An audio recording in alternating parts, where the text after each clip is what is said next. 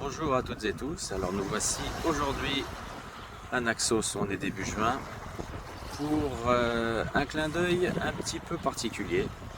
Bien entendu, Naxos, c'est de magnifiques plages, c'est la campagne, ce sont de beaux paysages cycladiques, mais c'est aussi la gastronomie. Donc on va faire un petit tour gastronomique, et puis bien entendu, on va vous faire profiter de superbes plages comme celle-ci, un petit peu éloigné du gros tourisme de masse qu'on peut trouver d'ailleurs dans toutes les îles en général.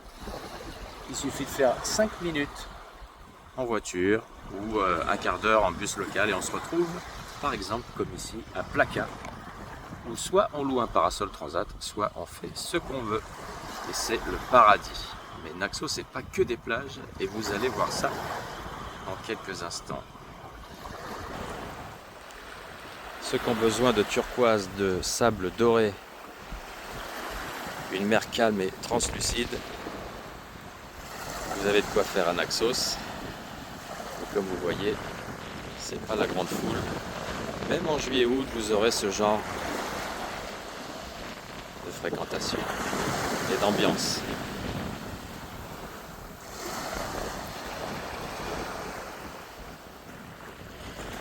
Alors dans les Cyclades, il y a le Meltem, ce fameux vent du nord, un genre de Mistral qui souffle régulièrement, plus ou moins fort.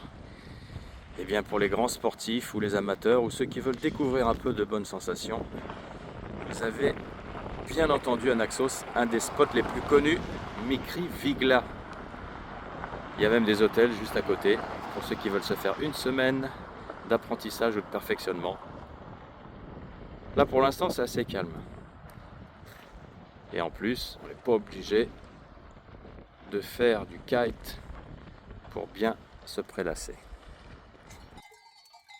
Alors voilà ce que vous rencontrerez avant d'aller à l'endroit que je vais vous présenter dans quelques instants.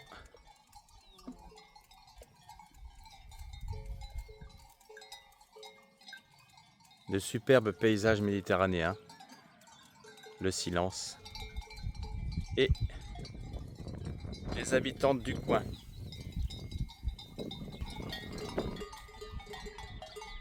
Petite sieste sous les cèdres locaux.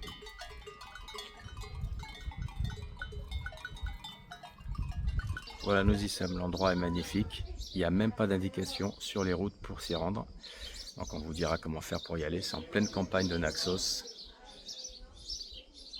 C'est une ferme, une petite famille. Et qui va vous apprendre soit à cuisiner des bons petits plats grecs, soit à faire du fromage.